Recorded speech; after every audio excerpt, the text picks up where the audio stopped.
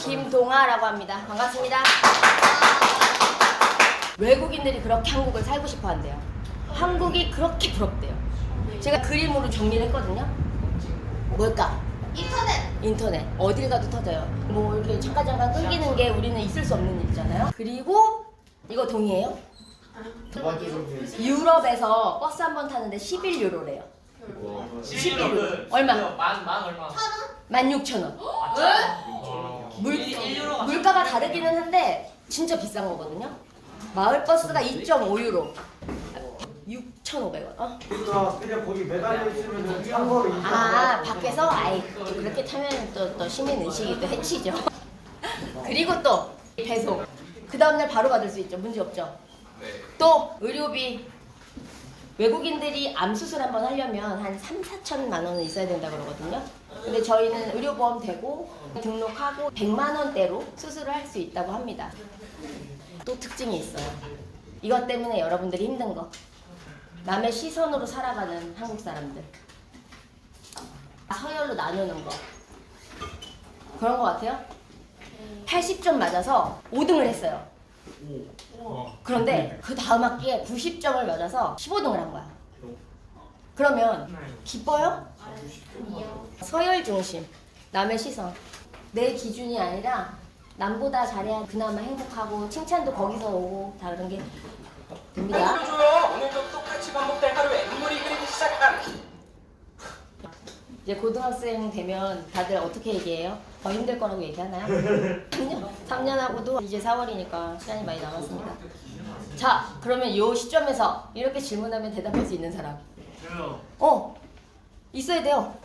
적어도 반은 들었으면 좋겠어요. 자, 아프리카 생각보다 그럼.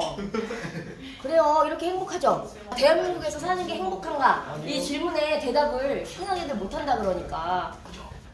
OECD 146개국을 놓고 행복 지수를 따져서 등수를 매겼습니다. 덴마크 2위, 아이슬란드 3위, 스웨덴 6위. 우리나라는 146개국 중에 몇 위? 138위. 57위.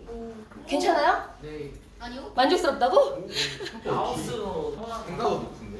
생각보다 높아요. 많이 올라온 걸 거예요. 네. 작년보다 2단계 상승했대요. 북유럽 국가한테 우리는 별로 안 행복한데? 그랬더니 우리도 경쟁을 하는데 경쟁의 대상이 남은 아니야. 우리는 서열을 중심으로 따지지 등수가 중요해. 맞는 거 같죠? 등수를 중심으로 행복을 찾는다. 이게 곧 무슨 말일까? 남의 시선이 중요한 나라. 남이 어떻게 생각할까를 걱정하는 그런 나라에서 살고 있습니다. 이런 대한민국에서 장애가 있는 사람들은 어떨까요? 힘들어요. 맞아요. 그냥 생각해봐도 너무 힘들 것 같아요. 우리의 시선, 선입견 이런 것들 뉴스 하나 볼게요. 출입문 쪽에 앉아 휠체어를 탄 거부당하고 그냥 대놓고 차별하고 이런 것들이 어디서 올까? 장애 있는 사람들이 3가지를 견디고 산다고 합니다. 능력이 없어. 우리보다 못해. 이런 고정관념. 그리고 결정도 못할 거라는 편견. 차별. 맞는 것 같아요? 네. 여기서 기억해야 될 건 편견과 고정관념이 만나서 차별을 만들어낸다는 거예요. 너무 많은 정보들이 들어오다 보면 여러분 유튜브 보는 것도 마찬가지거든요.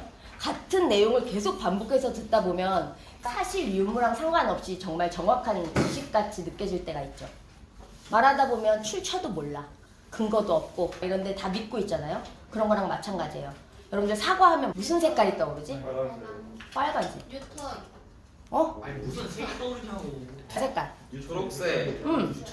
이런 것들이 뭐냐면 고정관념일 수도 있고 당연한 인식인 건데 뭐 평생 무지개색 사과만 먹어본 사람이 나타났어요.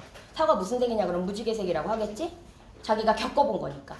많이 접하고 많이 듣고 많이 생각하면 그제야 인식이 조금 바뀌는 거거든요. 그것 때문에 이렇게 1년에 2번 듣는 필수 교육이죠. 인식 교육을 하고 있습니다.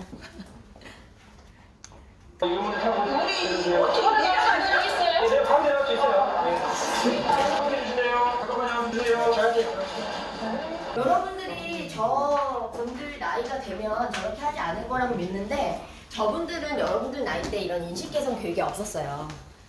이해를 하고 넘어가는 거긴 하지만 시민들의 태도를 보면서 아까 오스트리아 굉장히 인식이 높거든요.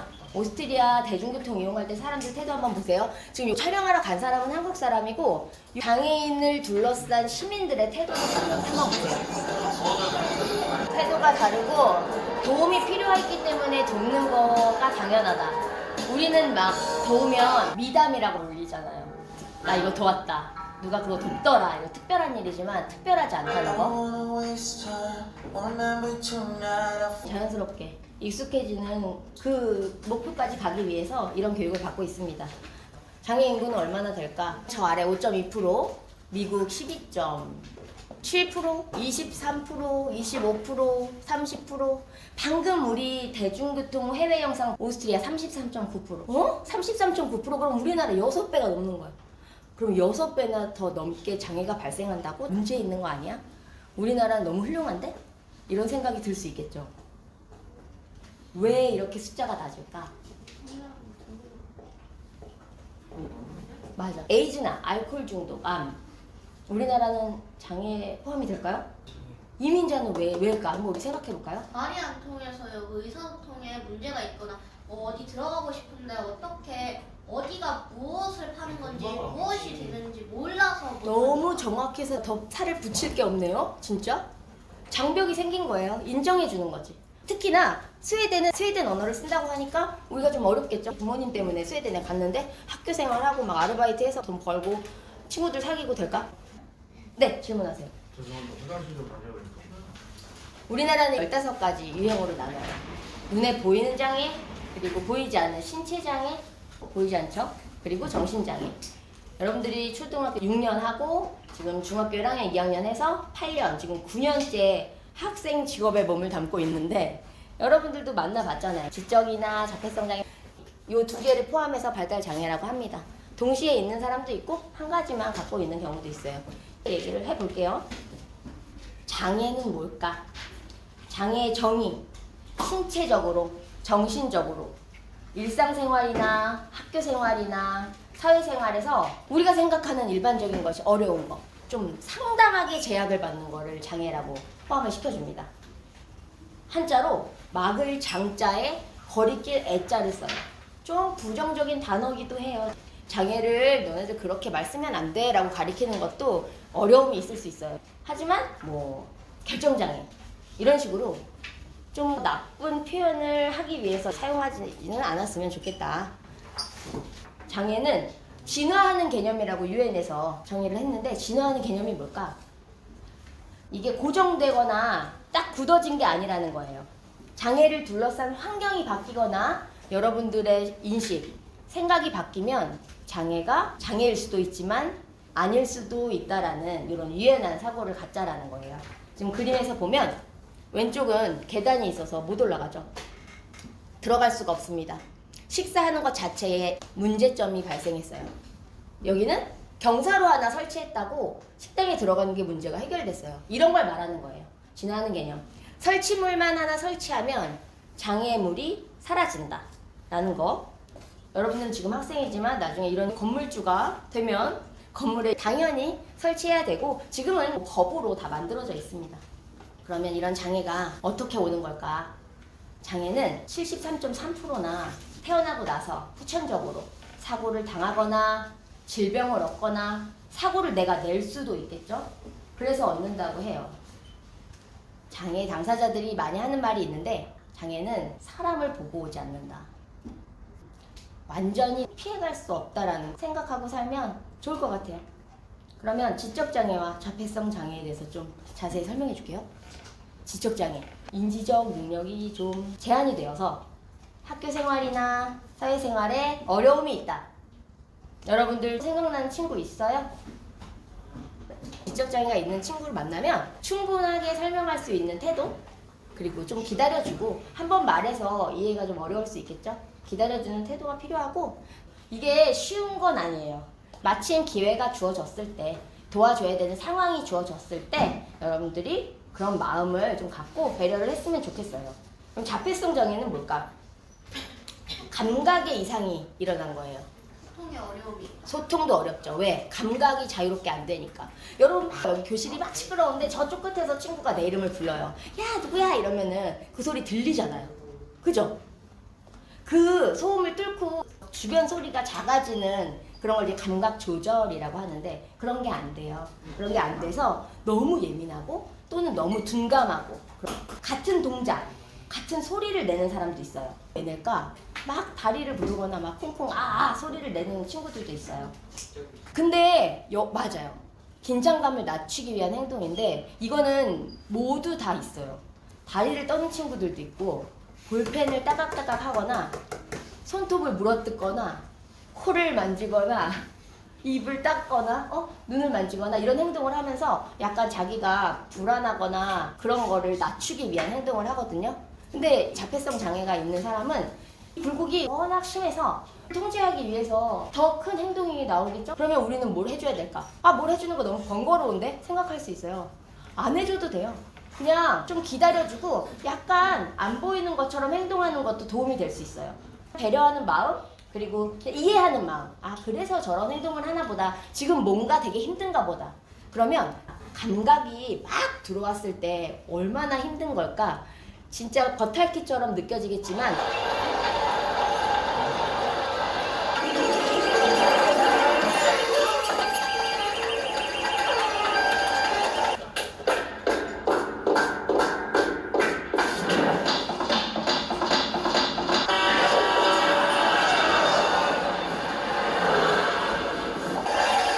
너 지금 좀 힘들구나 이렇게 좀 마음을 도닥여주거나 이해는 못하겠지만 그러면 우리는 함께하기 위해서 쉬운 거 먼저 해야겠죠? 요즘 눈을 세모나게 뜬다, 네모나게 뜬다, 왜 그렇게 뜨냐 그러잖아요.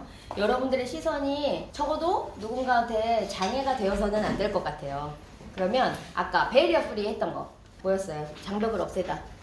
장애인뿐만이 아니라 모두가 다 사용할 수 있도록 바꿔가는 그런 운동 같은 거거든요. 뭐가 있을까? 물리적인 거, 접근로, 경사로, 휠체어도 지나가지만 우리 자전거도 인라인도 끌고 가고 유모차 끈 엄마도 지나가고 도움 의자 끌고 다니시는 노인분들도 사용을 하죠. 아까 우리 엘리베이터 영상 생각나죠? 인식을 점차적으로 바꿔가면 또 다른 결과가 나겠죠.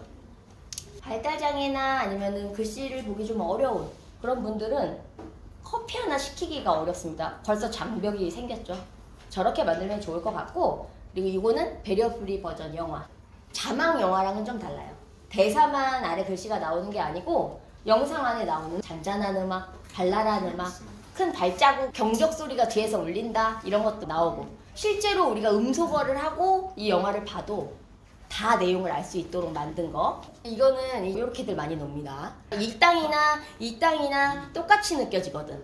그러니까 그냥 올려놓는 건데 이거 되게 큰 사고 나요. 시각장애인분들 가다가 넘어지면 진짜 큰 사고 나고 도로 쪽으로 쓰러지면 위험하기 때문에 자전거든 인라인이든 안쪽에다가 세워놓으면 좋을 것 같아요.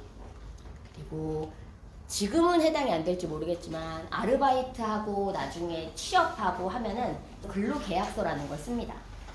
저 안에 들어간 내용은 간단해요. 내 이름은 뭐고 여기서 얼마를 받고 언제부터 언제까지 일할 거다 이거거든요. 근데 이렇게 글씨가 많아요.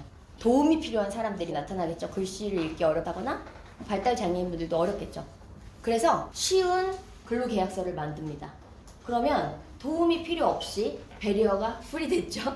그리고 제도적으로는 장애인 복지법이 만들어졌고 장애인을 일정 인원 이상 고용을 해야 된다는 고용 의무 제도가 만들어지고 17년이나 됐지만 아직도 부족한 장애인 차별 금지법이 시행되고 있고요.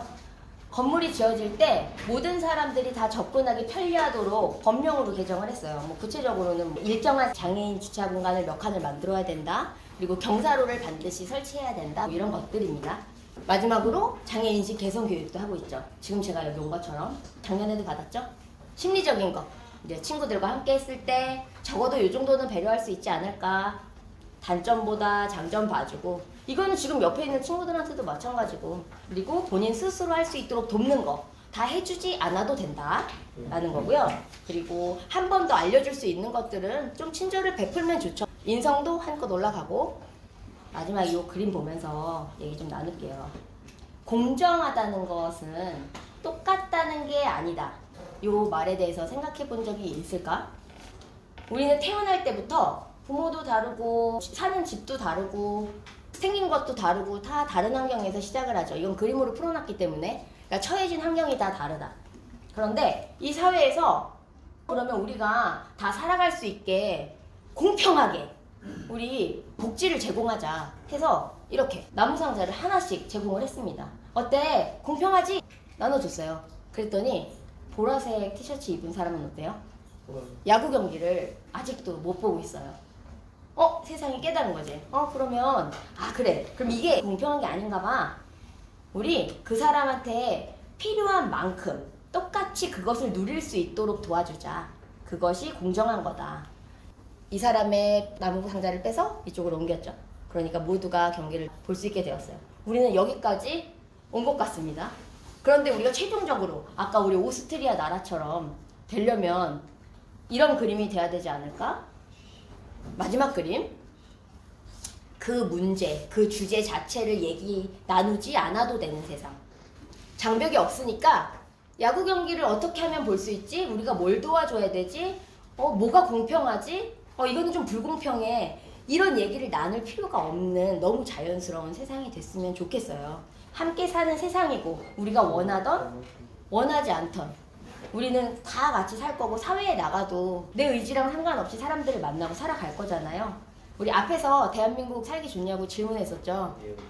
모두가 빠짐없이 남녀노소 장애 유무에 상관없이 행복한 한국이 되기를 바라면서 저는 제자리에서 열심히 또 노력을 할 거고 여러분들도 이런 교육들을 좀 기억하면서 성장하면 좀 선한 영향력을 끼칠 수 있는 성인으로 성장할 수 있을 것 같습니다. 지금 제가 작은 종이 하나 나눠줬어요. 긴 거 리플렛 말고.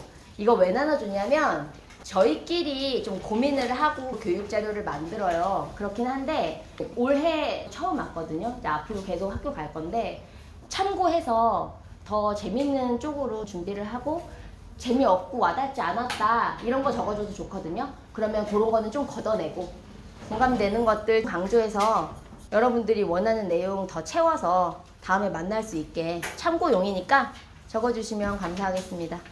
함께 해주셔서 감사합니다. 여기까지입니다.